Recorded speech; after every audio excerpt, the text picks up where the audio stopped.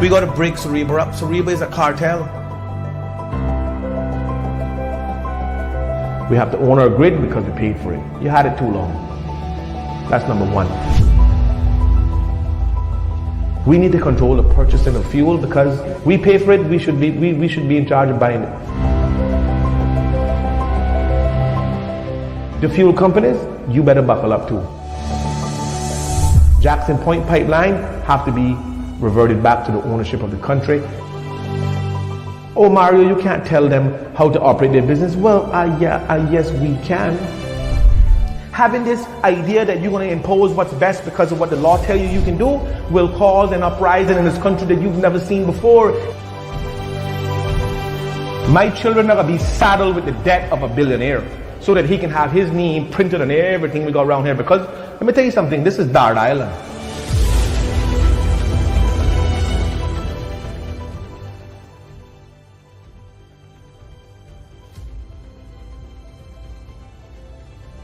Good afternoon, ladies and gentlemen. Today is Monday, the 20th of February. Obviously, we're having an afternoon show so that we could catch back up on the weekend things that was going on over the weekend and last week.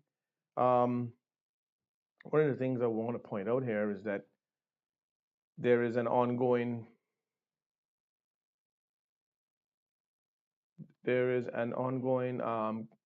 conversation, especially in the media, in regards to the do I hear static? Okay. In regards to the port and the roads and the traffic and whatnot. Certainly, I would like to just point out a few things on some of the articles that I've read, and the reason why I want to highlight them is because I think it's critical that we get the correct information and we talk about the in the right context of, because we know what print media does, and we know what media does in itself. It sensationalizes things to attract people to read.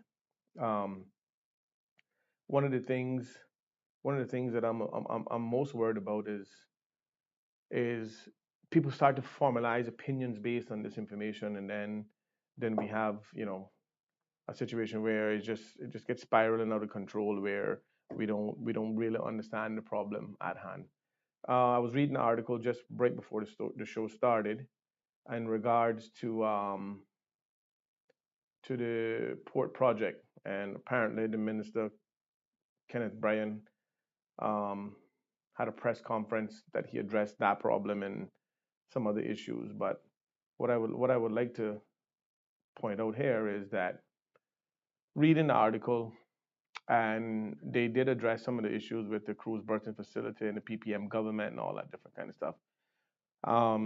But ultimately, at the end of the day, the minister said, "Oh well, regardless of the controversy in which this would stir up, we still have to worry about the food security for our people." I don't disagree in that regard, but I think there's a very critical factor that has been absent in all of these articles that I've read, and including in the contribution that the minister has made.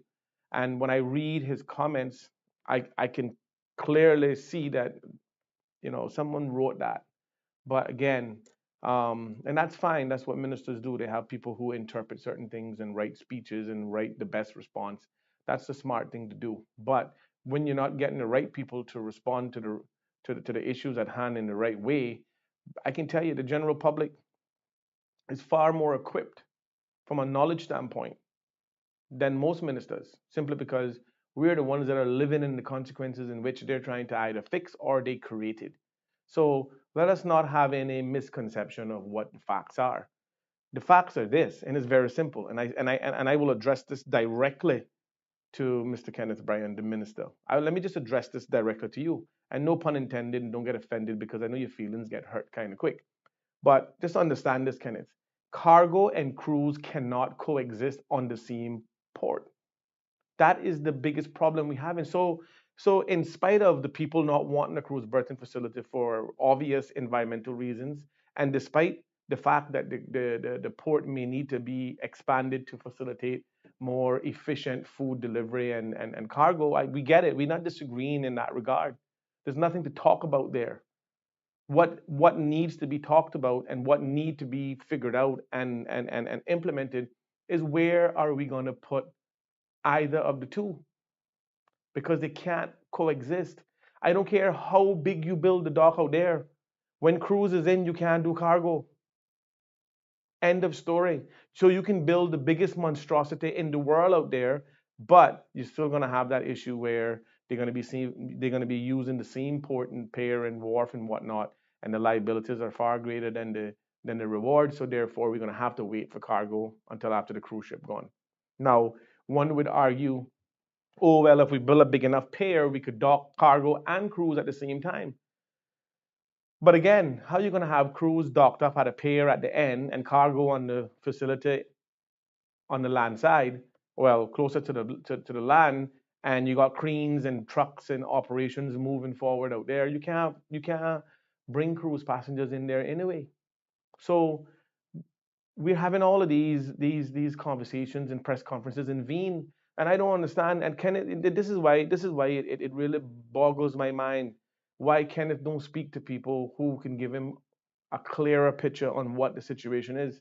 So again, like I said, I address these comments in particular to the minister, because you are the one that are responsible for doing the press conferences where you come out and you read off the speeches in which whomever wrote for you or you contributed to, or whatever the case is. And even if you wrote them yourself, doesn't matter. You're still not saying the right things.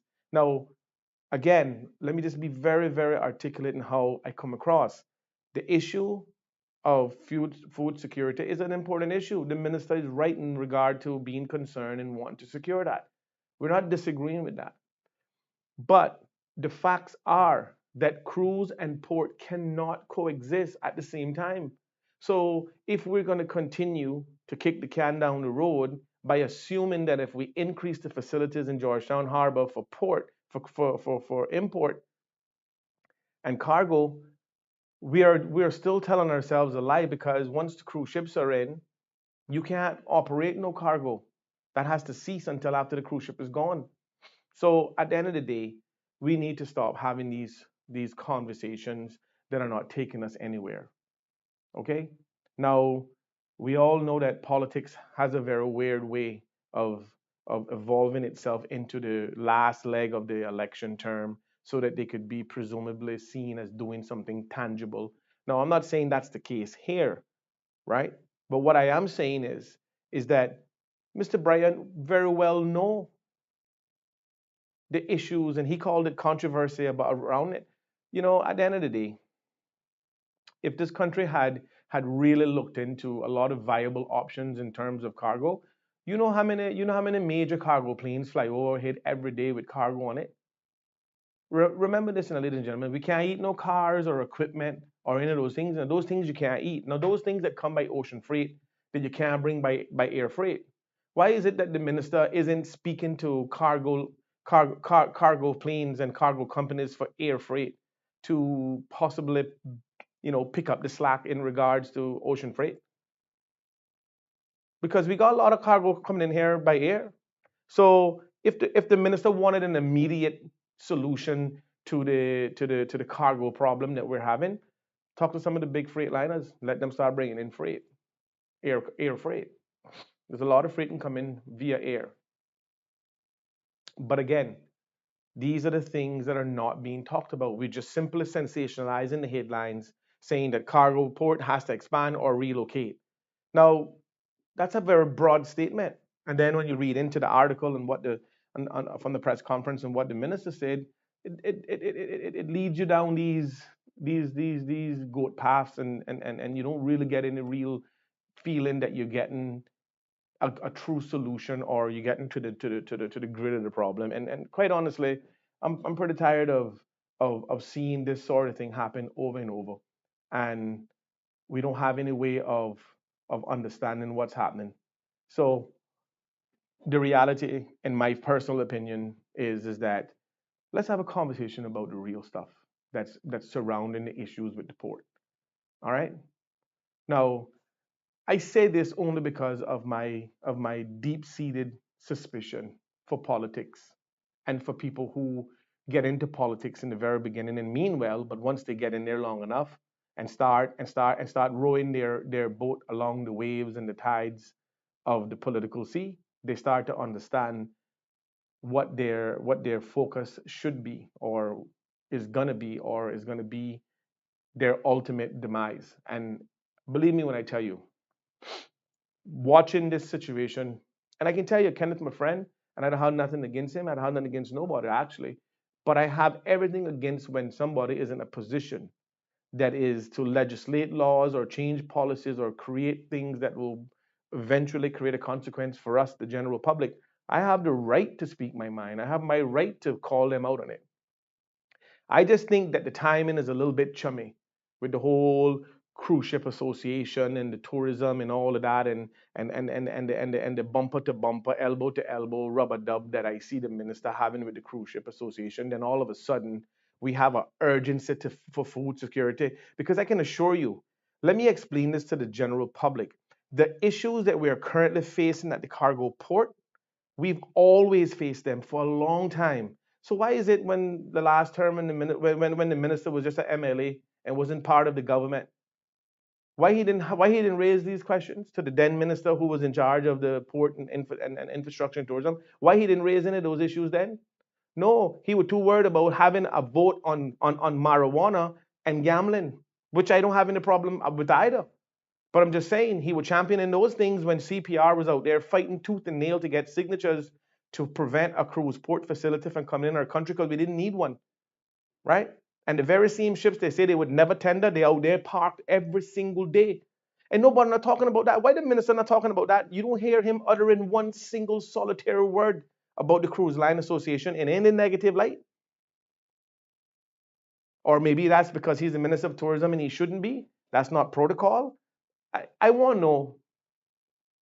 I want to know, where are all the people that were fighting to build a cruise pier in our Georgetown harbor, and their only basis of their argument was that the big Oasis size ships and the newer ships that are being built now, won't call to our port because we don't have a facility to dock them. They would never tender their boat. Now they lined up in a queue, can't wait to get here to tender their boats to come to the same place that they say they would never tender. So we need to be focused on the realities of what's happening and stop tricking ourselves. So, Mr. Kenneth Bryan, as a friend, I'm telling you, let's start having the conversation on relocating port out of Georgetown. It should have been done a long time ago. There is where your controversy will come in for sure. You're right on that. Okay? If you're talking about currently cargo ships are coming in on low tide and rubbing on the bottom, how else you plan to fix that problem? Because you also highlighted that the newer ships are bigger and draw more water. So you're technically suggesting that we should dredge the Georgetown Hawkesbury Bay Harbor to accommodate bigger cargo boats. Is that what you really want to accommodate? Or you want to kill two birds with one stone? Because I can tell you, I far smarter than the bureaucracy that they put out in front of me anymore, because I certainly can read the writing on the wall, and I definitely spend a lot of times in the gaps, so I can read between the lines. So, to your point, Mr. Kenneth Bryan, and to the PAC government, because apparently they quoted PAC government, said that since it's not a cruise port and they don't support that they've considered doing this expansion, right? Well, let me just give you all a very friendly reminder. There will be no dredging in Hawkesbury Bay Harbor to accommodate either cargo or cruise. End of story. So please start the conversation, Mr. Kenneth, without any fear of contradiction or mitigation in your election run. Just start the conversation for the betterment of the country. Start it because that's your job. That's what we hire you to do. Start the conversation and go out and have meaningful conversations through public consultation about the relocation of the cargo facility. For all of those fly-by-night experts, they will have to come to prove otherwise to you. All of those holes that we use, blast holes in the country to provide building materials, we just need to join them up and create one safe harbor, one pier, and then plug it into the ocean and breakers around that area where the least amount of environmental impact will take place. All this Raid Bay talk, I hear them talking about putting in Raid Bay in the north. Sound, scratch that, because that's not going to happen. So you need to start that conversation, whether it's politically expedient or whether or not you get the political mileage you want, or whatever the reason is. Let the Hansards reflect that you, Kenneth Bryan, at least started the conversation of relocating the port, because that's where it need to go. It need to move out of Georgetown.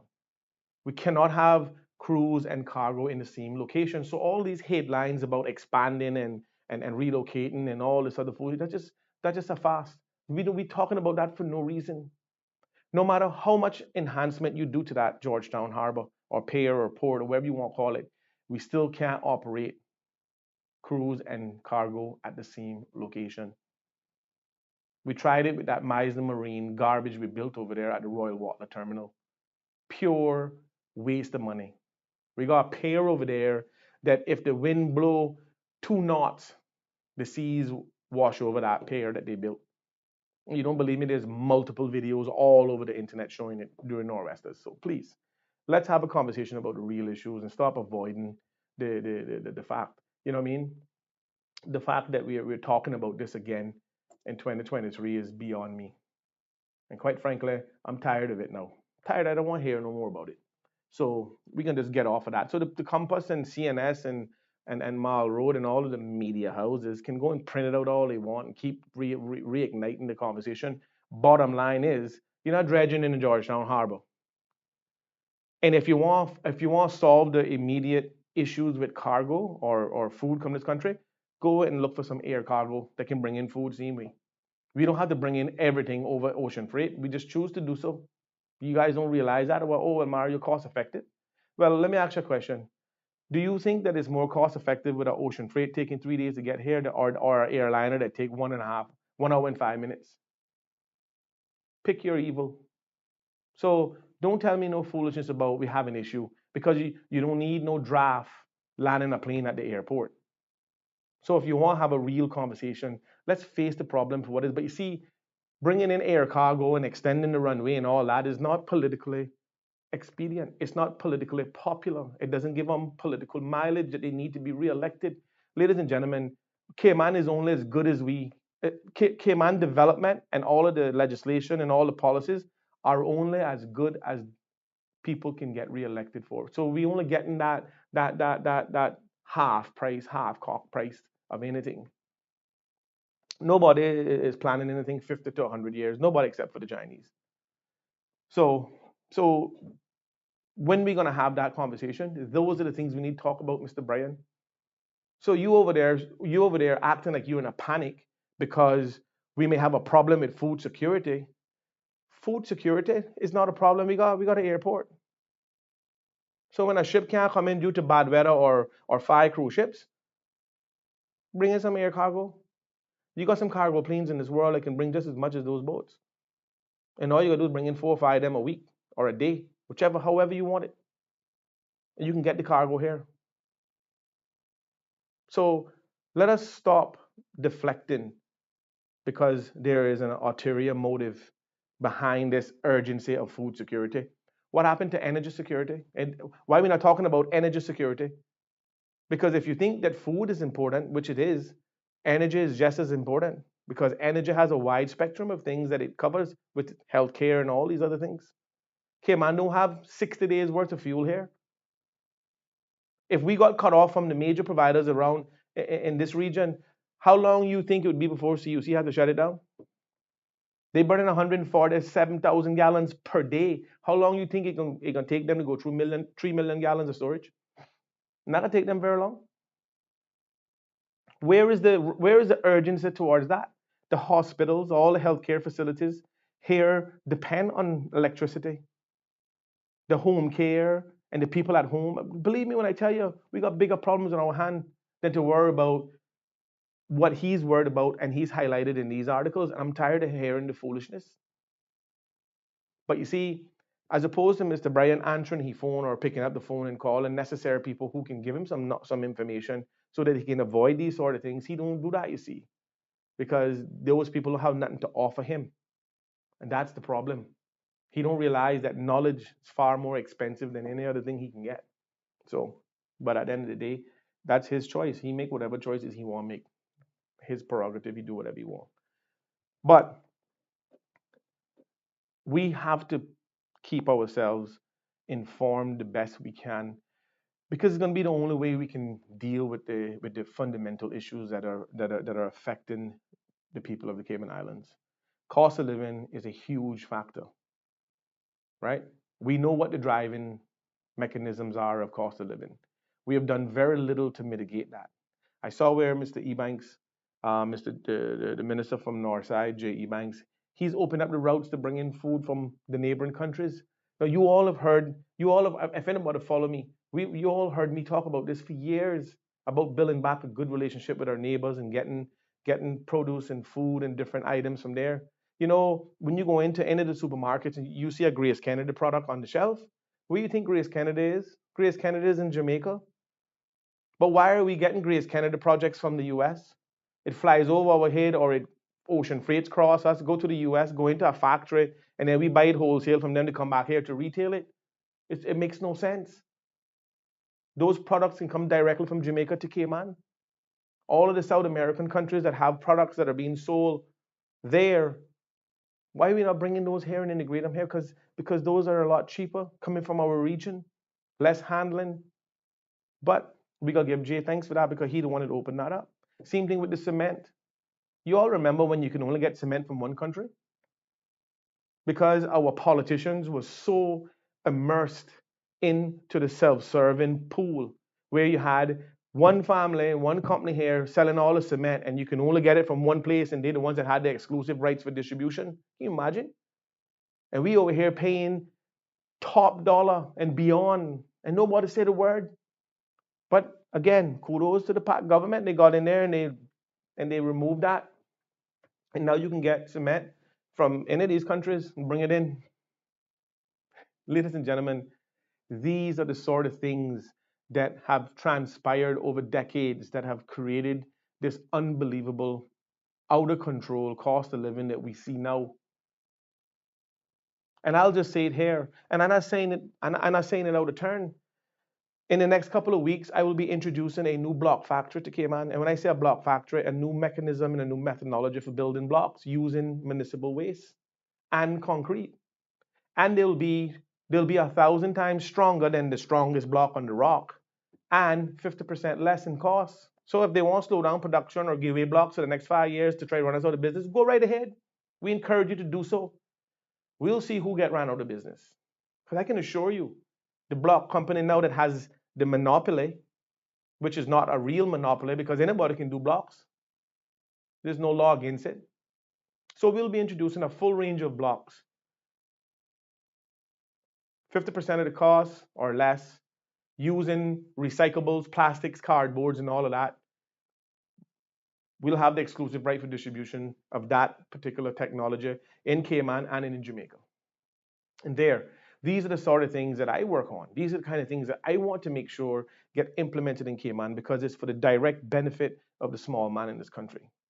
Because I can't too focus on the people who can afford anything no matter what the cost is. Yes, whatever we do shall also affect them in a positive way, but my focus is to make sure that the average layman could at least pay bills, put a roof over his head, and pay for medical and healthcare and education. Come on, man. We're not asking for too much. Caymanians don't want to be no highfalutin, filthy, rich. They just want to be able to pay their bills and be healthy and live a good life. That's pretty much it, right? That's not too much to ask, especially when we supposedly be living in a first world country with all these mechanisms that make everybody else able to come here and live the Caymanian dream. We just want to participate. We just want to pull up a chair at the table. Even if we don't say a word, we just want to have our presence felt. So, ladies and gentlemen, the things that are currently in place that have created the largest hindrances for Caymanian participation, we need to strip them away. We need constitutional reform. We need immigration reform. There's a lot of things that need to take place on this island immediately. Now, the people who enjoy the things that have disenfranchised Caymanians may not like what I am saying. And I'm not saying it for them to like it. And I'm not saying it to create a pivoted balance. I'm saying it because there is a obvious issue with how the system is currently being run and designed and continue to do, right? So we need to remove ourselves from the sub subconscious way of thinking where we need someone to always tell us what to do, how to do it, and when to do it. We got to remove that. Okay? So again, Mr. Brian, I say this to your benefit, not to your criticism, not to your detriment. I say this to you for your benefit. Stop talking about the things that are not relevant. Stop scaremongering people into the idea that, oh, well, Mario, he talking about food security, so we can how dredge out the, no. Bring in some air cargo. Nor'westers never stopped planes from coming in here. It stopped a lot of boats, but not planes. You know, when the discussion had came up years ago, and it comes up periodically every couple of decades about putting a cargo port or facility or whatever in the North Sound. Now, from a scientific standpoint, it's the second largest body of water that is naturally protected by reef, the North Sound. In case nobody didn't know that. So if you ever wanted to put a safe harbor, that would be probably one of the most desirable places because of the the the, the structure and how it's already have a safe harbor by way of a reef barrier. I get it. But when you look at all the things that behind that reef barrier, that 7 square miles of water and terrain that we use and we enjoy, we have to be very mindful on how we go about disrupting that. Yes, there are already some channel systems in there and canals for inlets and development. So we just need to connect those up and let that flow better. I agree with that. But whereas we have alternative places that we can go without disturbing that any further, why would we even consider it? And you don't need to be a tree hugger to be sensible.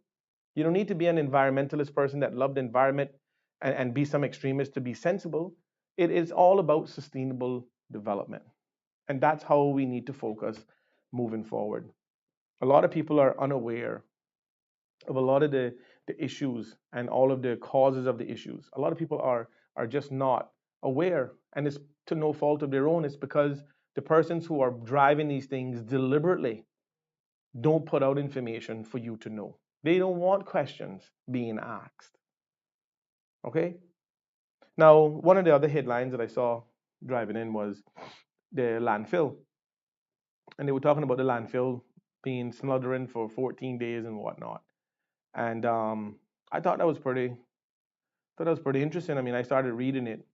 I started reading the article, and the article stated that they tried to contact the Department of Environmental Health, and they referred the staff to the Cayman Islands Fire Services. Then the article said, in regard that it said wildfire officials remain tight-lipped about the ongoing incident. Who did they talk to and who they didn't talk to? Why? How could the Compass say that for the past?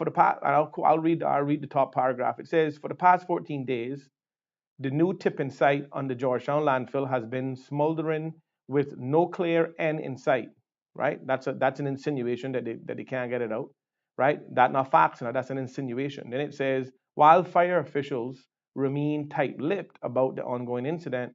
In response to questions from the Cayman Islands from Cayman Compass, sorry, a spokesperson for the Department of Environmental Health referred staff to the Cayman Islands Fire Service. Now, and the reason why I read that out is because when I read that, it makes me feel like there's some sort of plot. But is there a plot? Where is the grounds and substance of the Compass making the comment that the fire service is keeping tight-lipped about the situation? What are they being tight-lipped about? Who did you speak to? Or who you didn't speak to? Who did you try to reach out? How did you draw that conclusion? And I gotta stop misinforming the public. I'm tired of it now. I'm tired of it. Every media house in this country decides to sensationalize things to intrigue interest, right? Well, okay, congratulations, you have our interest. I want to know who has been tight-lipped. I want to know how they have been tight-lipped. I want to know what question you asked and what response you got or lack thereof that made you draw to that conclusion. Who did you reach out to? Can you give us a name of a person you reached out to at the fire service or the Cayman Islands Environmental Health Department? I want to know. Because if you can print the article, take a picture, and make all of these accusations, you must be able to call a name. For the sake of information and clarity and transparency, say a name. Because we need to know who keeping tight-lipped. Who are you referring to? But again, these are the sort of things that we let fly on the radar because it's the media, right? We figure that everything we read in the media is true and above board and real. Well, I can tell you, nothing couldn't be further from the truth. Because I can tell you, as a person who have been in the public eye for many years and have been in a lot of controversial situations in many years, I've given reporters statement, and I can tell you when they write it, they come in like they were on Jupiter, on a different planet, because what they wrote, their interpretation of what I said was completely contrary to what I said and what I meant by it. But again, that's just the media, right? I guess that's just how they operate. Now, what I also would like to find out is that if in fact the dump is having a fire deep down under the rubble, of course, we all got to be concerned about that because we all know about methane and the buildup of methane and the pockets of this and that. And, and I don't see any real solution in sight. I mean, I thought we were supposed to be reducing Mount Trashmore, but it seems like we're building a whole another one, like we're building a twin sister or a twin brother for those people who get offended for the sex. So again, we're building a twin uh, next to it. How and why? I don't want to understand. But anyway, hopefully, like I mentioned earlier about this new block system that I'm trying to introduce here, we're not trying that we're going to introduce here, we'll be able to use a lot of that cardboard, plastic, and municipal waste so it don't go into the landfill, recyclable, and it can be used for permanent solutions in blocks, right? And it can reduce the cost of building and construction in this country. And these are the things that we need to talk about. Now, there's one other thing I want to touch on when it comes to housing and building and infrastructure and progress, right? You all remember when I made mention about going to the lands and survey or the land registry, whichever one that controls the block and parcels and road gazettation, right? You know what's interesting? There is a huge project that is being proposed to be built in the eastern districts between the Borden town, between the Savannah Borden town area along that east-west arterial road, right? Huge development. I ain't calling no names, right? But one thing I know for sure, a huge supermarket chain and a huge hardware store chain is going in there. And the land is owned by one of those two. And they're gonna be doing housing. You know what's gonna be interesting about that is that now I know there's probably no laws that prevent them, so I'm not saying they're breaking any laws. I'm just simply saying, do you think that it's ethically or morally right for one of the largest hardware store and building material companies to get into housing? I just don't see where that is ethically right, because all of the people who build in homes to sell or for business or development or all these different things, they got to buy their material from these people who they're going to then eventually be in competition with selling homes. I just think it's a conflict of interest. But these are the sort of things that happen. But what I want to know is this. Here's what I want to know. And I'm gonna bring it back in now. We're gonna reel that wire line in now, right? Because all of those fish that one end can't pop that wire line. I want to know, and I'm gonna take the time to go find out. So I gotta just let them know from now that I take a personal interest in this particular development that is on the drawing board now, that is about to be passed. Just waiting on some of the environmental stuff, right? To get the go ahead. All right. I'm going to look at that plot of land and all of the land on that corridor where that east-west arterial road was extended to go east. And I go and find out who bought land and when they bought land before that road was gazetted. And if I find that these properties were bought prior to the road being gazetted to go through there and then were gazetted shortly after, it's time that we start getting a public inquiry to start charging these people for corruption. Because here we are, as average Caymanians, asking ourselves how our children going to afford to buy land and build a house and, you know, and get a part of the Caymanian dream when we got these greedy, no conscious people who were in politics, who were guided and paid for people who weren't in politics, going in and orchestrating where they buying up all the land because they politician friend Gazette and a road to go through it, but nobody knows that but them. Then all of a sudden they own all the prime real estate surrounding road development. These are the things that people need to go to jail for. No, no Caymanian coming up in any other generation stand a chance to compete. So the generational wealth of that circle remain. There's no distribution or spreading the wealth. It's just greedy people, and we got to stop that. We got to stop that. There's enough for everybody. So we need to go and look. I'm going to this particular development. I can tell you, they better pray to God that I don't find what I think I'm going to find. I gonna file a judicial review. I gonna go to the Privy Council. I gonna go to the Foreign Commonwealth Office since they are our masters, because we not getting nothing done here. We not getting nothing done here. And the useless governor we got now, he'd be gone by the time I get this information. Okay? But I can tell you this. If I find that this property was bought prior to this road was gazetted through it, and I can, and now I know who the minister was in charge. And I know that they buddies. And I know that they eat out each other kitchen every other Sunday. And I know that the ex-politician were front line at Smith back there when the whole incident went down. So I know that they in cahoots.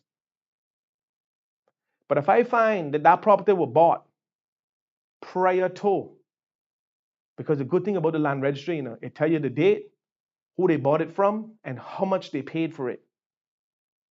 Yeah, it tells you all that. So you want to see I'm scrambling now? Probably making calls now. I ain't calling no names.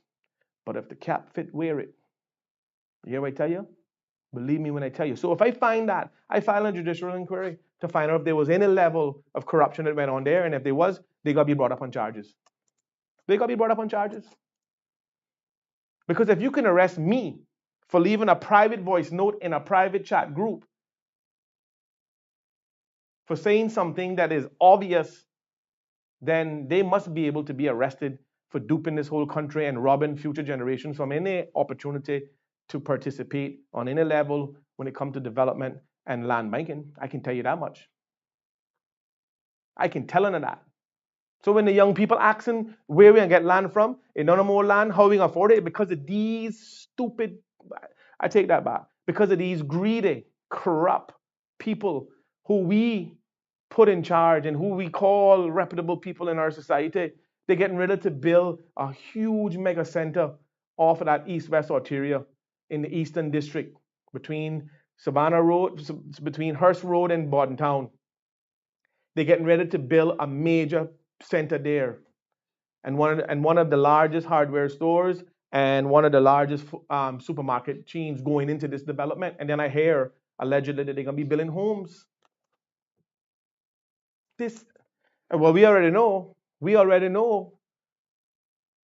that certain people building all these apartments. I don't care how many loans you get. I don't care. You see, how is it that we sit down and we accept this? But don't worry. We're gonna get to the bottom of it. And I'm gonna look at all the other landowners that bought land up through there prior to that road being gazetted.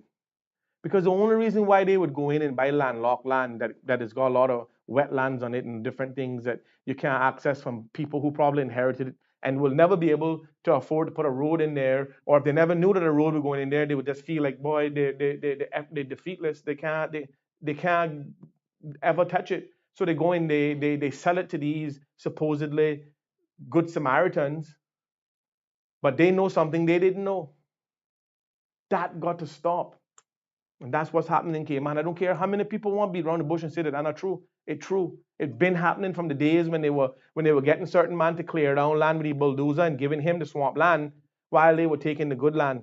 That's why they ended up with so much land. I'm not calling no names. But those people who know or in the know who I'm talking about. They came to Cayman with a bulldozer and were hired by all other Caymanians to push down and clear up land so they can fence it and gave him the swamp land as payment. But today all his swamp land worth more than theirs. But anyway, these are the practices that happen in Cayman. And then we got generation of children coming up now that can't even afford to put food on the table, put a roof over their head. They want to start a young family. Don't even try it. Don't even try it. You might as well sign up at NAU before you get married. Get ahead of the game because you're gonna need them soon as you get married and have a child. I just want to know when is enough is enough. How much is enough? How much land you really need? How much money you really need? You know what I only you know what make me sleep good at night? Let me tell you what make me sleep good at night. Is that they can't carry nothing with them when they did. And that the people who they claim they inherit they willing it to ain't got the smarts and the understanding to know how to carry it on. That's what I don't think makes me sleep good at night. Because the people who they leave it to never knew what it felt like to have nothing. So they don't have no value of anything. So they don't know how to keep it. You understand? That's the difference. But these are the kind of conversations people are afraid to have in this country. But I'm not afraid to have them. Anyway, you all realize that this week is agriculture show, right? Ash Wednesday coming up this Wednesday. And I will listen to the radio ads. And the $20,000 cash prize, $25 a ticket that gets you in the gate. And it has multiple prizes on that thing. So, and then of course you have a lot of the good food vendors that be out there every year without fail. And I just hope I can get me some Scotch bonnet and some seasoned pepper trees, some good ones. Because boy, let me tell you something. I don't know if I don't know, but over the Christmas it was hard finding it. That stuff. Not that it wasn't available, it was just that a lot of people catch on to it now, and then a lot of people like to use those peppers because they're so flavorful and they're so good with anything you cook them with. So, you know, like the farmers couldn't grow them fast enough. I want to get my own trees and keep them going so I can have a stock at all times. So yeah, I looking forward to going to the agriculture show. I know they had a concert last Friday. It was a free concert. I think it was Shania Twain and some other guy. I'm not a big country music person, so I'm not familiar with the names. So forgive me if I'm calling the wrong names. I'm not sure how that went off, but I would imagine because I know there's a lot of country lovers, especially in the Savannah, Newlands, Bordentown area. You got a lot of cowboys up around that area, so I would imagine that they would have enjoyed that. I didn't get a chance to go, so I'm not sure how it turned out. But this coming Wednesday, the the annual agricultural show, and I think this is the first one since COVID that we have in full fledged back up and running. So it should be very nice, and it should be a relief to be back out on that field. Looking at all the stuff and activities, and it's always a great event, especially when it comes to family. So I'm hoping that at some point, it'll be able to be one of those shows that we can have free admission. But until we get to that point, I guess, and people just have the choice to buy a raffle ticket, you know, and have an opportunity to win the 25 or the 20,000 cash prize, I think it is. So that's this Wednesday. I gonna get there from early in the morning as I always do. I get up very early and go down and get the food and get the plants and head back out, walk around a little bit. So, but yeah, I encourage everybody who, and especially for those people who haven't been to it before, who are just new on island or people who just come here or whatever the case is, I encourage you all to go out because it's a great event. It's probably one of the better events that we have on an annual basis. But again, COVID put a stop to that for the last 2 years. So hopefully this year it'll be bigger and better. So, um, and before I wrap up here today, I also want to just touch on the two things really. The 3 megawatt facility that OFREG has given the green light to CUC for alternative energy. I know that there was a case study that was being done from last year. It was supposed to have been done already, but to determine the impacts and how it was going to impact the grid and whatnot. But I haven't seen that yet. I'm waiting patiently for that so I can get to read it and see exactly what's at stake, right? But don't be shocked that your renewable energy and your bill don't go up because somebody got to pay for it, right? Because they're not paying for it. We paying for it. I just want to know how long we going to pay for it and when we finish paying for it if we going to own it. Because I sick of buying things through CUC and we're not gonna ownership. After Hurricane Ivan, we built back the entire grid. But yet I'm not going to ownership of it. I'll check a couple of the comments right quick just to see if I missed anything or anyone. Um, is watching. Stephanie. Yeah, just checking. I don't see my boy on here today though. Jonathan, he must be working today, man. Donna Richard, real estate agents. Oh, don't worry. Don't you worry. Let me read that comment. I'm interested in that. Real estate agents is another bunch. Agreed. Between them and the quantitative surveyors, pushing up the prices of land and out of reach of young families. Really sad and shameful. I agree. And sometimes you'd have to wonder whether or not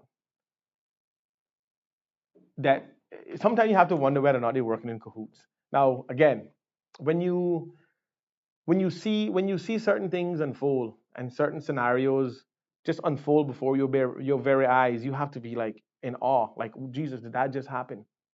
And one of the things that I found more interesting is where a person may have gotten a house evaluated, let's say 3 years ago, and then when they go get a new evaluation now, depending on the circumstances, the valuation that they got 3 years ago was significantly higher than the one they get now. And you always want to try to figure out why that is, because you figure that land increases in value over time and property, and in the height of this high cost of building material due to availability, because demand and supply is a key factor in costing, right? And when I last year when I was looking at a friend of mine had a quote to build his house, and he was telling me, and I looked at it, I said, but you realize this is like $500-600 per square foot you got quoted here? And he said, yeah, he realized that a lot of the building materials had gone up. Remember when plywood were over $100 a sheet? And those were the alarming factors for me in a way, because Cayman is such a vulnerable jurisdiction, because we're such a small consumer base island that a major supplier would not prioritize the Cayman Islands as a jurisdiction to get surplus of anything, because our consumption is so small. So we're not a big blimp on their radar. Now, if the country wanted to do something that was meaningful, or that could mitigate that in any way, they would start building these relationships with neighboring countries that produces some of these things like blocks and cement, windows, and other building material, tiles and whatnot, and stop heavily relying on one geographical location, North America. And I think that's where we've undermined it ourselves, and we really shot ourselves in the foot. And we need to come out from under that idea that we can only get from North America, realizing that a lot of the resources that North America sells back to us comes from this region. So instead of going across the pond to get it, we should just reach to the left or the right of us to get it, and the cost of it would be significantly less.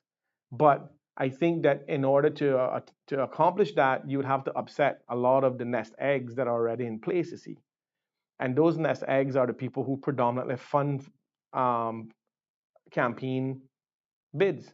So it's hard for the politician to say, "Oh well, I'm gonna let cement come in," but yet the person who funded your campaign was the people who got the exclusive for the company that is the only company that is allowed. So that puts you between a rock and a hard place. But it also reveals that you're not really a steward of this island. You're a steward of yourself and self-serving people who are around you. So again, is it hard? Yes. It's easy for me to point it out.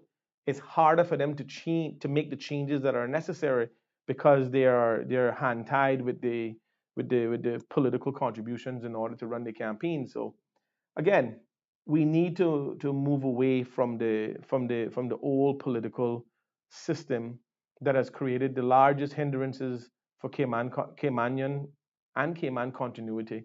We've never seen a equal or proper contribution being made from the local Caymanian harvest in all sectors.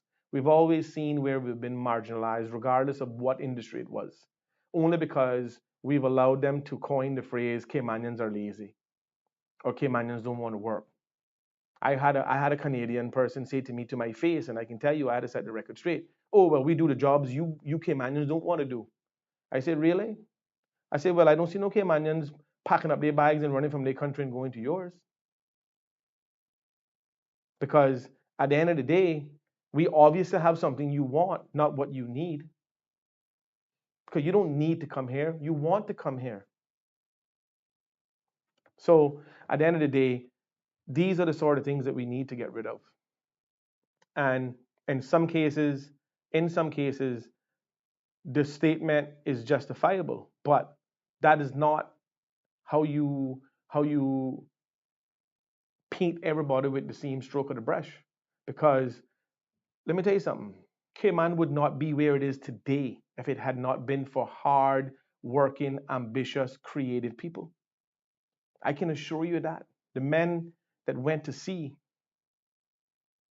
were the people who sacrificed their quality of life with their families in order to send back money home to build this very economy that we all juggling and trying to stay in. So it disheartens me when a Caymanian doesn't have a fair opportunity. An opportunity maybe, but not a fair one to properly distribute their expertise and ambitions and foresights and ideas into the system that have been carefully guarded out from us. So I don't care how many people want to agree or disagree. Quite frankly, I don't really care.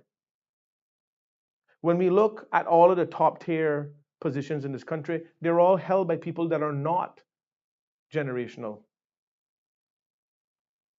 And half of the reason is because we've told ourselves, we've allowed them to tell us, and then we've started to tell ourselves since it has subliminally been pounded in our psyche and our mindset for so many years. Now we start to tell ourselves. They told us in the beginning, and now we start to tell ourselves that we always need someone to do and tell us and show us.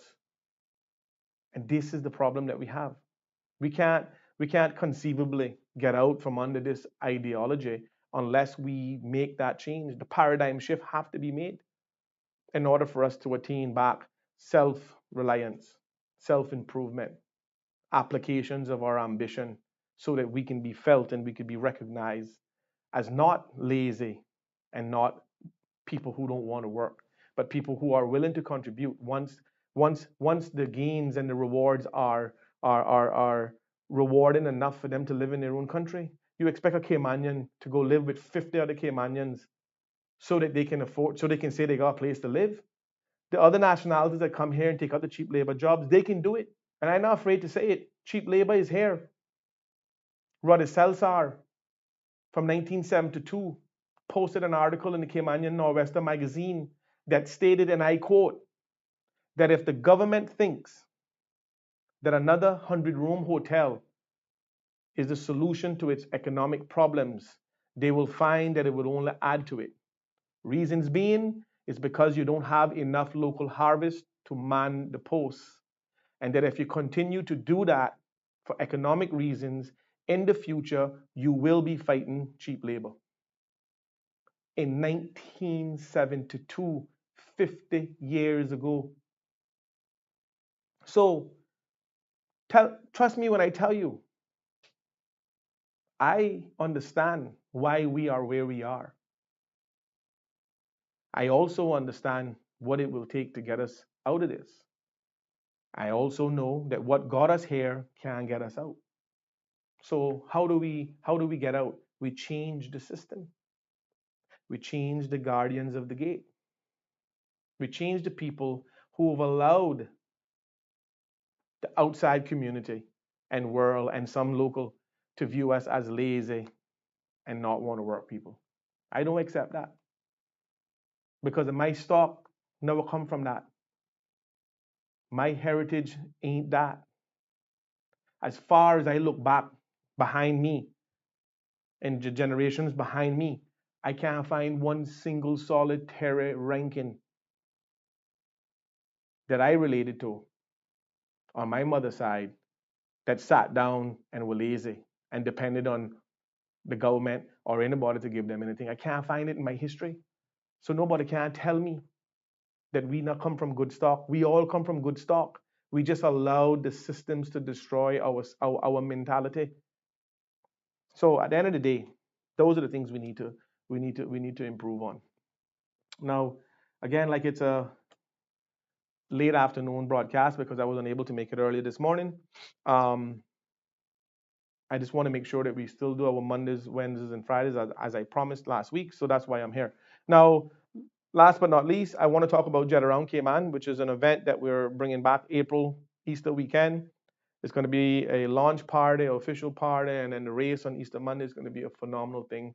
We are this is a nonprofit association that we have.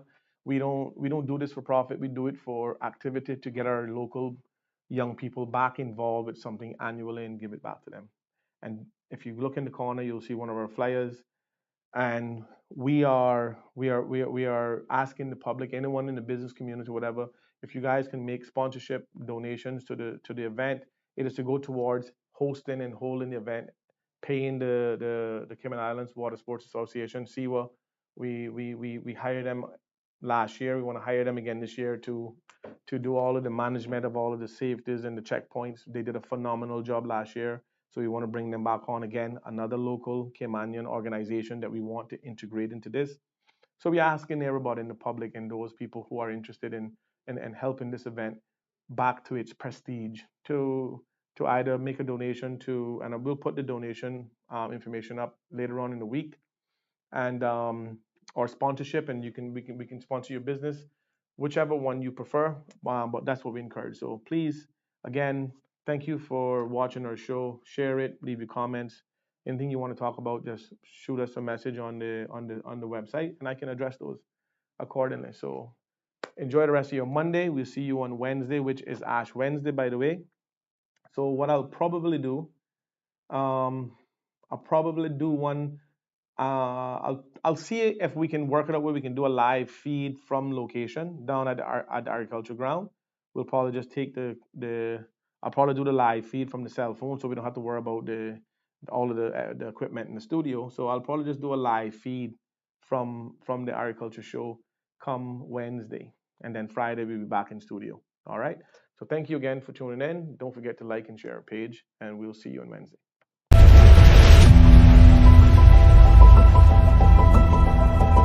We got to break Sariba up. Sariba is a cartel.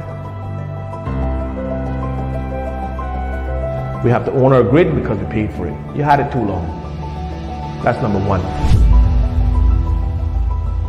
We need to control the purchasing of fuel because we pay for it. We should be in charge of buying it. The fuel companies, you better buckle up too. Jackson Point pipeline have to be reverted back to the ownership of the country. Oh, Mario, you can't tell them how to operate their business. Well, yes, we can. Having this idea that you're going to impose what's best because of what the law tells you can do will cause an uprising in this country that you've never seen before. My children are going to be saddled with the debt of a billionaire so that he can have his name printed on everything we got around here. Because let me tell you something, this is Dart Island.